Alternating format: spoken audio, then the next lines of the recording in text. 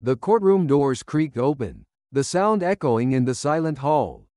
Today, we delve into the minds of those who walk a tightrope between justice and infamy. Defense attorneys, specifically, the ones who've represented the most notorious figures.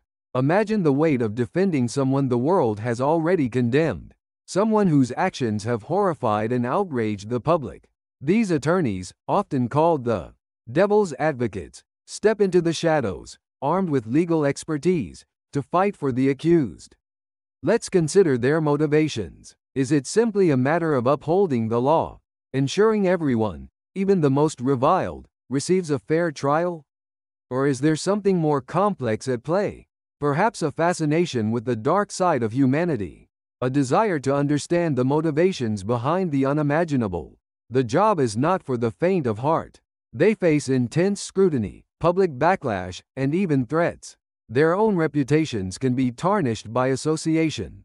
Yet, they persist. They must meticulously dissect the evidence, challenge the prosecution, and build a defense, no matter how slim the chances of success.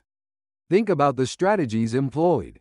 They might challenge the admissibility of evidence, question the credibility of witnesses, or present alternative theories of the crime. Sometimes, they focus on mitigating circumstances, a difficult childhood, mental illness, or extreme emotional distress. The goal is not always to prove innocence, but to lessen the severity of the punishment. Consider the moral dilemmas. Do they truly believe in the innocence of their client? If not, do they grapple with the ethical implications of their work? The line between advocacy and complicity can blur. They might know their client is guilty, but are still bound by the legal system to provide the best defense possible. What about the psychological toll? Constantly dealing with the darkest aspects of human behavior, the attorneys may become desensitized or even affected. The constant pressure, the emotional drain, can lead to burnout, depression, and other mental health challenges. And let's not forget the courtroom drama. The tense cross-examinations, the impassioned closing arguments, the moments of shocking revelations. The defense attorney must be a skilled actor, a master of persuasion, able to sway the jury with words and logic.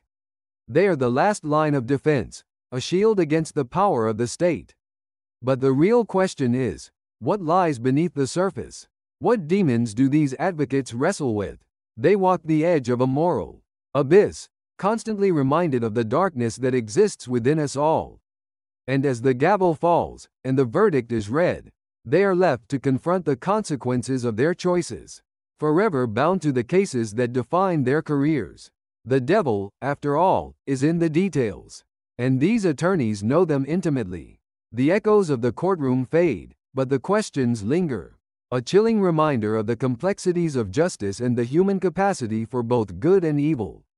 The story doesn't end when the verdict is read.